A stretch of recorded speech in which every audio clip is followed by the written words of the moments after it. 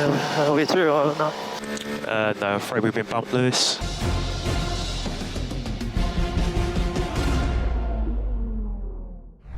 안녕하세요. 포뮬러에 미친 남자 포미남입니다. 오늘은 작년과는 엄연히 다른 분위기가 나는 팀에 대해 이야기해보려고 합니다. 바로 메르세데스입니다. 메르세데스의 4라운드까지 포인트를 작년과 비교해보면 42포인트 차이가 나는 것을 확인할 수 있습니다. 포인트가 이렇게까지 차이가 나는 이유 중 하나는 당연히 충분한 성능을 뽑아내지 못하고 있는 차량의 문제입니다. 메르세데스가 이번 시즌 자신감으로 내놓았던 W15 차량은 기대와는 다르게 처참한 퍼포먼스를 보여주고 있으며, 이는 23시즌의 W14 그리고 22시즌의 W13이 꽤 좋은 차량이었다라고 평가받게 만드는 우픈 결과까지 만들어냈습니다.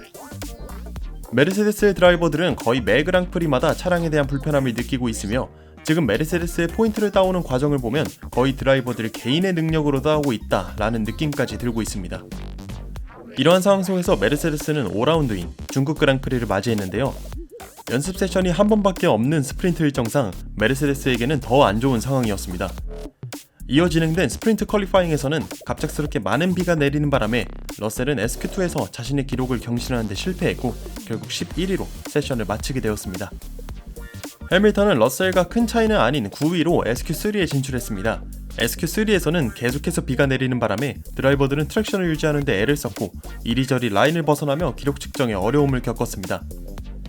하지만 해밀턴은 안정적으로 랩 측정을 마무리함과 동시에 1위로 올라오면서 2019 시즌 중국 그랑프리 우승자의 위험을 보여주는 듯 했으나, 기록이 삭제된 줄 알았던 노리스가 다시 기록이 복구되면서 스프린트 폴 포지션에서는 한 순위 밀려난 2위로 스프린트 퀄리파잉을 마무리 지었습니다. 그래도 8위까지 포인트를 부여하는 스프린트에서 해밀턴은 포인트를 획득하기 매우 좋은 위치를 잡았으며, 이어진 스프린트에서는 첫 1번 코너에서부터 폴 포지션이었던 노리스와 휠트윌 대결이 있었으나 노리스가 대결 중 바깥으로 밀려나면서 중위권으로 순식간에 뒤처지게 되었고, 해밀턴은 가장 앞에서 스프린트를 이어나가게 되었습니다.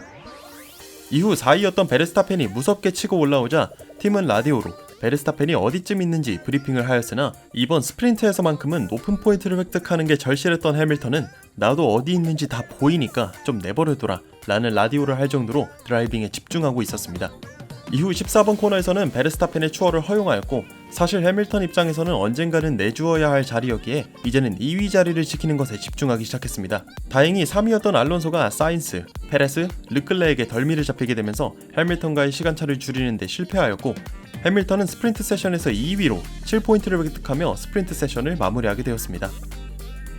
팀메이트인 러셀도 주목할 만한 경기였는데, 러셀은 이날 혼자 소프트 타이어로 스프린트에 나서는 것을 선택했습니다. 스프린트 초반 러셀은 12위까지 밀려났으나 7번 코너에서 보타스, 14번 코너에서 마그누센, 6번 코너에서 저우거녀를 연달아 추월하며 순위를 9위까지 끌어올렸습니다.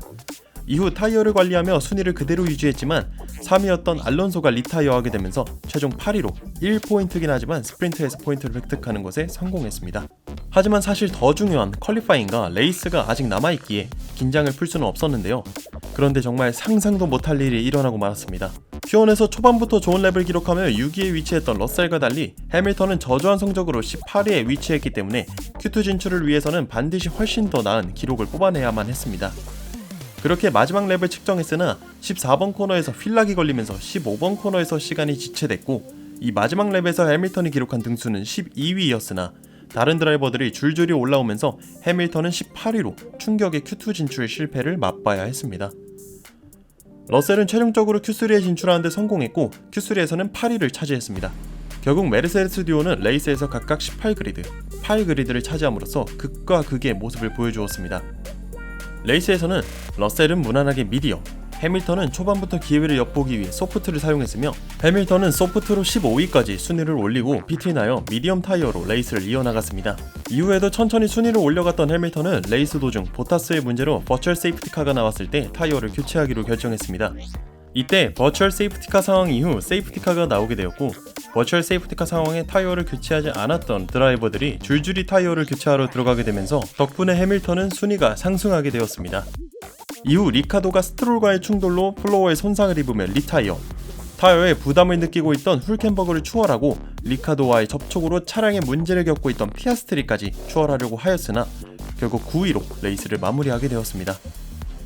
러셀은 8그리드에서 출발해서 자신의 자리를 잘 지켜내며 최종적으로는 6위까지 올라서며 8포인트를 획득하는 데 성공했습니다.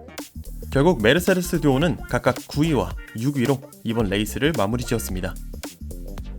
해밀턴과 러셀은 차량의 퍼포먼스가 좋지 않음에도 불구하고 어떻게든 포인트를 획득해오며 고군분투하고 있습니다. 하지만 드라이버들을 믿는 것만으로는 분명히 한계가 있으며 메르세데스는 어떠한 방식으로든 좋지 않은 상황을 해결해야 할 겁니다. 우리는 언제쯤 2010년대의 강호였던 메르세데스의 모습을 볼 수 있을까요? 그 날이 오기를 기대해도 되는 걸까요? 이상 포뮬러에 미친 남자 포미남이었습니다. 시청해주셔서 감사합니다.